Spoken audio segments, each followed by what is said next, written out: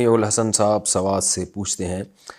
مجھے اعصابی بیماری ہے، کمزوری بہت زیادہ ہے، سہارے سے چلتا ہوں، قطروں کی بھی بیماری ہے، وضو کرنے میں بہت زیادہ مشکل ہوتی ہے۔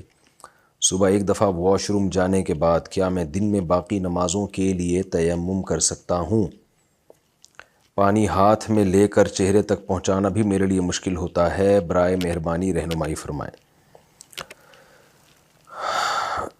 دیکھیں، وضو کرنا اگر آپ کے لیے ممکن ہے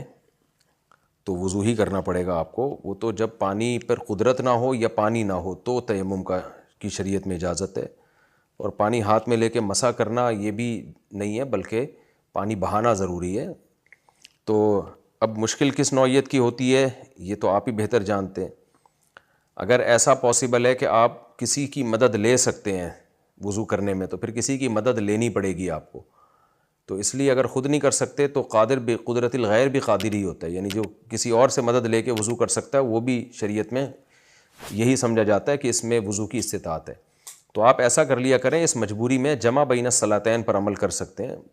جمع بین الصلاتین کا مطلب یہ ہے کہ آپ ظہر کو بالکل آخری وقت میں پڑھیں، اور ظہر سے پہلے آپ نے وضو کیا، اور وضو کرتے ہی آپ نے ظہر پڑھی، اور بالکل اینڈ میں پڑھیں جب ٹائم دیکھ لیں ختم ہونے والا ہو۔ تو جیسے ہی ظہر کا وقت ختم ہوا فوراً آپ نے اسی وضو سے عصر پڑھ لی، اور مغرب کو آپ نے ڈیلے کیا عشاء کے قریب تک، وضو کر کے آپ نے مغرب پڑھی، اور جیسے ہی سلام پھیرا تھوڑی 1-2 منٹ کے بعد عشاء کا وقت داخل ہو گیا، آپ نے فوراً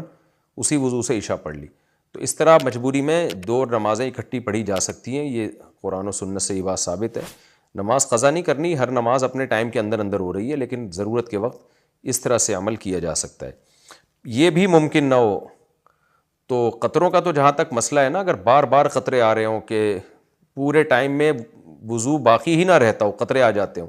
تو بھی تیمم کا حکم نہیں ہے، بلکہ پھر بھی وضو ہی کرنا پڑے گا، لیکن قطرے سے پھر وضو ٹوٹے گا نہیں،